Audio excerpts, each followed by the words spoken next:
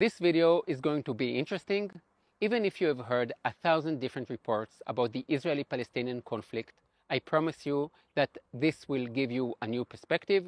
I will be talking about the settlements, the occupation, the two-state solution, Islam, Jerusalem, the solution, and a whole lot more. Before I break down the Palestinian narrative, a small trigger warning. I like facts. If you don't like what I'm saying, then bring me facts that contradict what I'm saying. If I say that Jerusalem is not mentioned in the Quran, or that the Jews said yes to the partition plan in 1947 and the Arabs said no, or that there was no such thing as a Palestinians in the 18th century, then feel free to prove me wrong. Send me a link to a letter from a pilgrim to the land of Israel who says that he met a nice Palestinian. I'm asking you to challenge me. If you just write me that I'm Zionist or that I'm biased or that I've received money from the Israeli government to make this video, those aren't actually arguments. And for your information, I am completely against the current government of Israel. The good thing about Israel is that, unlike most of the Arab Muslim countries, Israel is a democracy. I'm not afraid of the government preventing me from expressing my thoughts. Israel is not Iran or Syria or Egypt or Saudi Arabia or Gaza, and I don't delete comments. Some people are 100% for Israel and some are 100% against it. I'm aiming for the middle ground. If I get dislikes and smart comments, then I know that this video has reached the right audience. But do give this video a like and subscribe. The last thing that I want to ask is this. Don't use bombastic language in your comments if you don't have the numbers to support it. Ethnic cleansing is a very powerful expression. If in 1948 there were around 700,000 Palestinians and today there are 7 million in the land of Israel, you can't really use this term. However, if you want to use the words ethnic cleansing, you can do so to describe what happened to the Jews in Arab countries. In Morocco in 1948, there were 265,000 Jews. Today there are around 2,000. In Iraq, there were 135,000 Jews in 1948. Today there are fewer than 10. Algeria used to be home to 140,000 Jews. Today there are fewer than 50, and I can go on. It is Muslim countries who perpetrated ethnic cleansing on the Jews. But this statement doesn't quite cover what has been happening. Muslims have been doing this to all minorities, not only to the Jews. If you zoom out, you will see that 100 years ago, there were many Christian communities and other small ethnic groups in the Middle East. They are all being wiped out by Muslims. For some reason, the Western world, the Christian world, doesn't want to talk about it. As a Jew, I care about what is going on with Jews all over the world, and I find it very odd that Christians don't really care about Nazareth or Bethlehem, which are kind of important to the followers of Jesus and used to be 80% Christians 50 years ago and now are 80% Muslims. The same goes for Christians in Syria, Lebanon, and Egypt. In Nigeria, Muslim organizations have murdered thousands of Christians. 2 million Christians have fled Iraq and become refugees in the last 2 decades, but no one seems to care about them, neither the media nor the universities. Everyone is obsessed with the Palestinian refugees. Did you know that the UN has 2 agencies for refugees, one for hundreds of millions of refugees all over the world, and another one called UNRWA, which is only for the most privileged refugees on earth, the Palestinians? Don't just take my word for it. Check it out for yourself. So let's talk about the story the Palestinians like to tell and the media like to repeat. The Palestinians lived in Palestine for hundreds of years. They lived peacefully alongside a small Jewish minority until the rise of Zionism, a colonialist movement which, under the umbrella of the European imperial powers, started kicking the Palestinians out of their land and homes, causing the current situation. And now for the facts. In the long history of the land of Israel, there was never such a thing as a Palestinian people until the 20th century. Millions of pilgrims have come to the land of Israel over the last 3,000 years. They've come across Jews, Arab, Christians, Muslims, Druze, Turks. They've never met a Palestinian. Now you might say, regardless of whether they have existed as a nation, all people should enjoy human rights and all people should have the right to identify themselves as they wish. And I agree. You have the right to identify yourself however you like, but you don't have the right to reinvent history. And the history of the region is very clear. This is probably the most documented piece of land on the planet.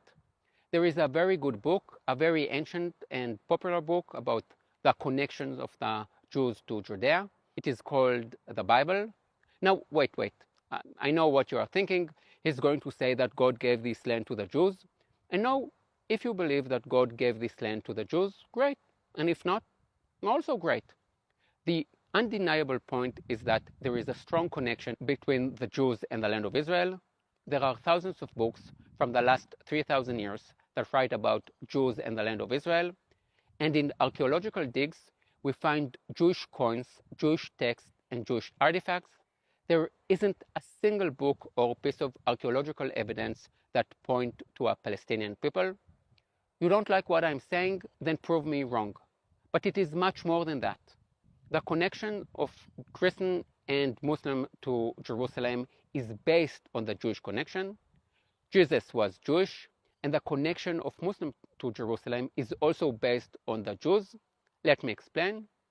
I will go even further and say that Jerusalem was never the capital of a Muslim empire. It was always Cairo, Damascus, or Baghdad.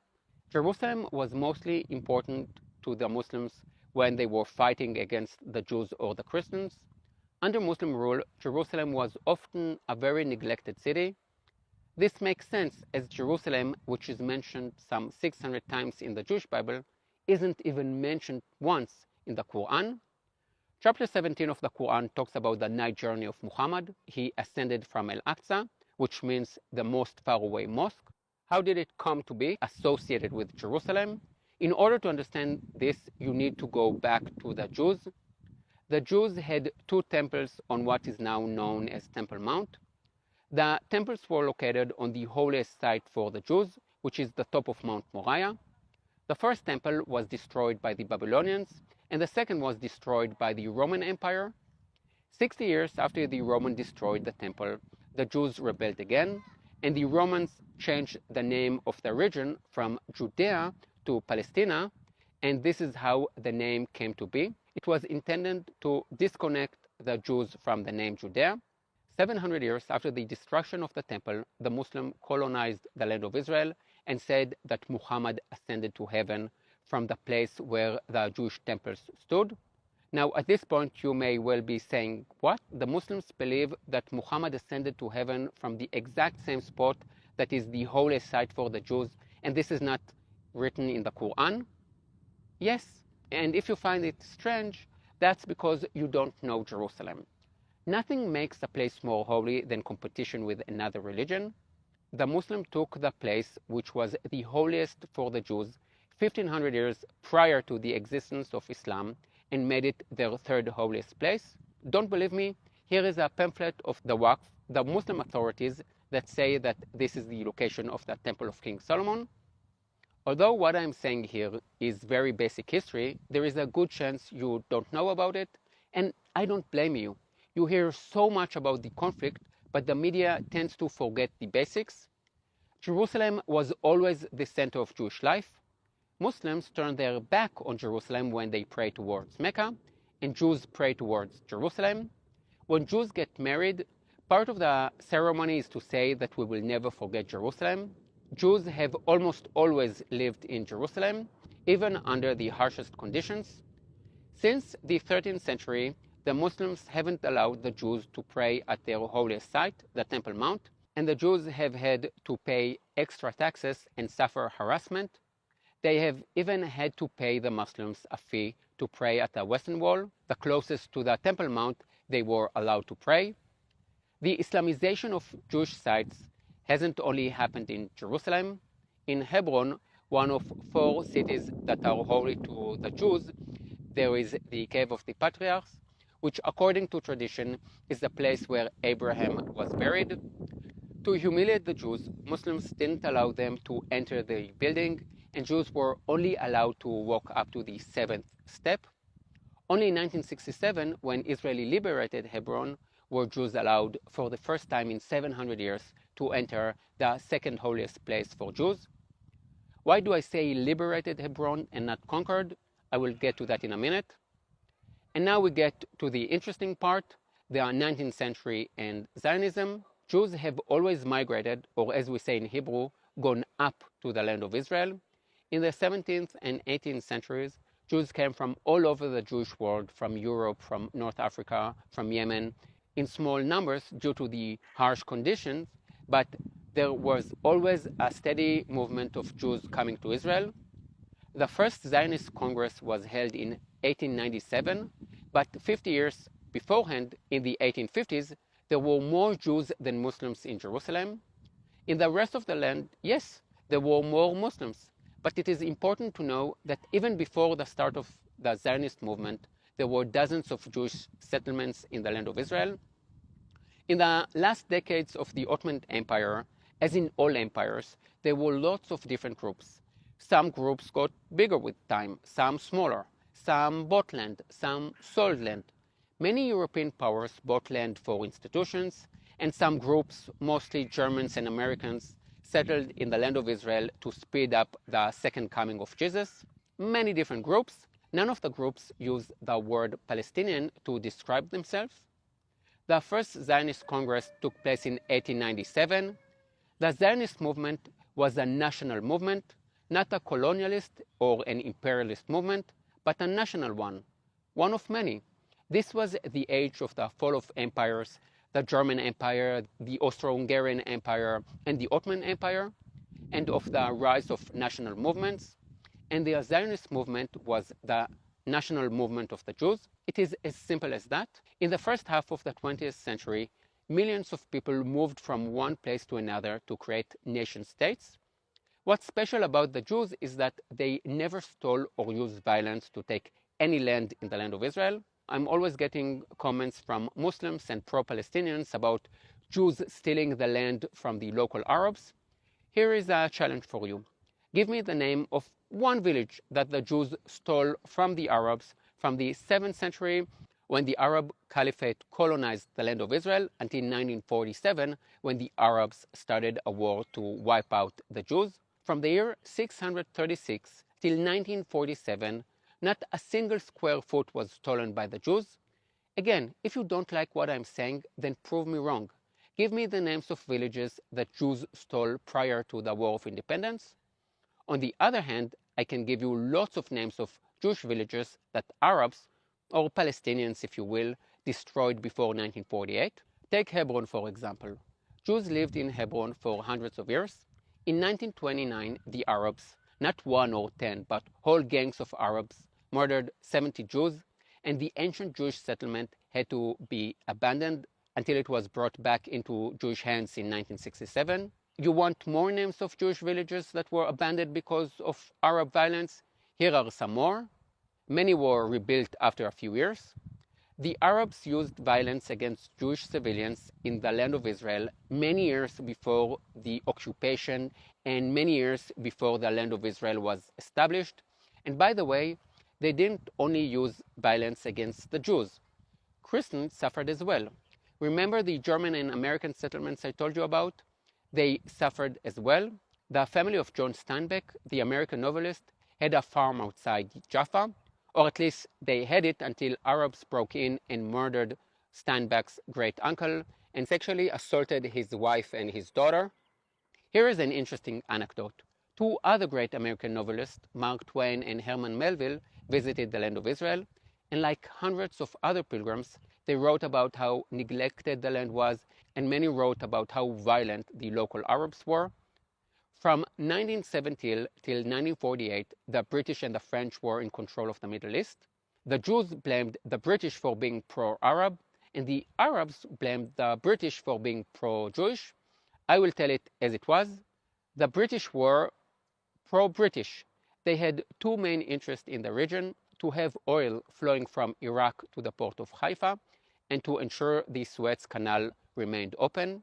And because both of these interests lay in the hands of the Arabs, they were pro-Arab. Today it is very fashionable to be against colonial powers, and of course they did do a lot of damage, but I find it absurd that pro-Palestinians are anti-colonial, as it was the Roman Empire that gave the name Palestine to the area, and the British Empire that gave it its borders. When the British and the French drew lines on maps, they invented two nations that never existed before, the Palestinians and the Jordanians. Another fact that is often overlooked is that pro-Palestinians are always talking about Jewish immigrants coming from Europe. No one talks about the Arabs who came to the land of Israel.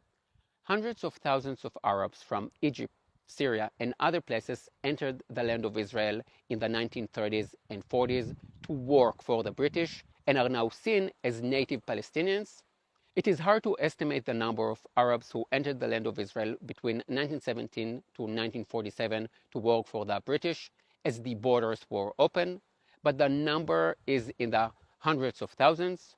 Probably about half of the population of Gaza came to the land of Israel during the British Mandate time. Their last names usually hint towards the actual origin of the family. I find it absurd that people like my great-grandmother, who came to Israel from Eastern Europe in the 1920s after dreaming about the Jewish homeland for generations, are seen as white colonialists, while Egyptians who came to work for the British in 1945 are seen as native Palestinians. Now you might be saying, who cares where they came from and if they have been here for generations? They have the right to self-determination. And again, I agree. In 1947, the UN proposed the division of the land into a Jewish state and an Arab state. The Jews said yes, and the Arabs said no, and then started a war in a bid to eliminate the Jews. The morning after the partition plan, Palestinians attacked a bus and murdered 5 Jews. This is how the war was started. They were offered a state, they said no, and start murdering Jewish civilians. Not a single Jew was spared in all of the places that fell into local Palestinian hands. Luckily for us, after 15 months of fighting the local Arabs and the 5 Arab armies that invaded Israel, we won. And yes, during the War of Independence, many Arab villages were destroyed and about 700,000 people were displaced. That's what happens when you try to wipe out your neighbors. You might well lose and have to pay the price. At the same time, 800,000 Jews were brutally expelled from Muslim countries. For some reason, no one cares about them or want to tell their story. Millions of articles and papers have been written about the Palestinians who had to evacuate their homes because of a war they started, yet very little has been written about the Jews living in Muslim countries who were subjected to pogroms and had to flee, even though they were innocent. Please tell me why you care so deeply about the Palestinian refugees, and yet you couldn't care less about all the millions of other refugees who had to flee at the same time. 14 million Germans, about the same number of Hindus and Muslims, Ukrainians, Armenians, Poles, people from the Balkans, and I could go on and on. The Palestinian refugees are the most privileged refugees in the world. Some say that the partition plan wasn't fair as the Jews made up 1/3 of the population but got 2/3 of the land. To that I will say this: the Arabs actually also got what is now known as Jordan, so in fact the Jews got a much smaller part. And I should also add that the Arabs got all the good land and the Jews got the swampland and the desert land. And now I'm going to state a fact that is definitely going to annoy all the haters of Israel. The Jews took the swampland and the desert land and made the impossible possible. We turned the land into gold. Israel is pioneer in irrigation systems and desalination system. Israel invented vegetables and fruits that can grow in salt water and yet taste sweet. As for the Arabs, the large part of their land is now polluted and contaminated.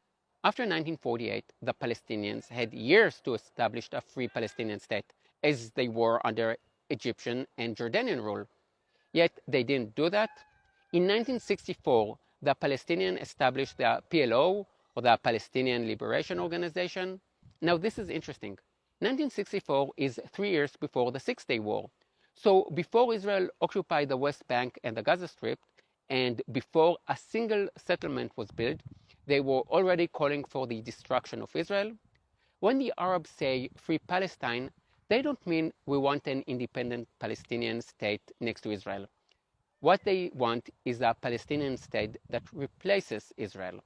The Palestinians kept rejecting all offers made to them from 1947 till 2008, when Ehud Olmert, the Israeli Prime Minister, offered the Palestinians all the West Bank and East Jerusalem as their capital. They said no to every offer that was made to them, invested all the money they received from the world in terror, and then cried that they were their victims. The Palestinians do have a harder life than we Israelis, but they only have themselves to blame.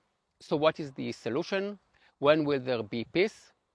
Not in the near future, because this conflict is not about the land. I've already told you that even before the Six-Day War and even before 1948, the Palestinians were trying to wipe out the Jews. Here is another example. Take Gaza. In 2005, Israel withdrew from the Gaza Strip.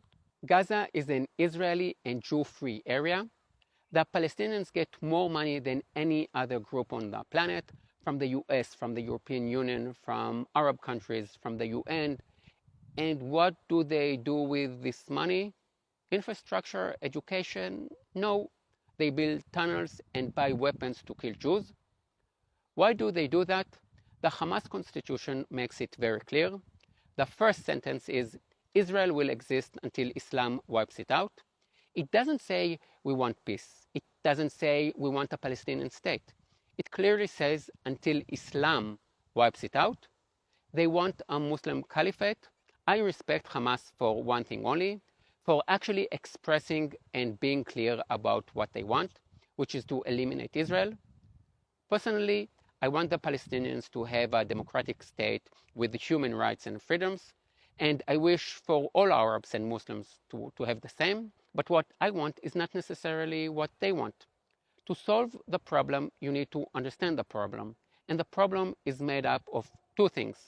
One which Westerners don't understand anymore, religion, and one which Westerners don't want to talk about, values. Religion plays no role at all in European politics.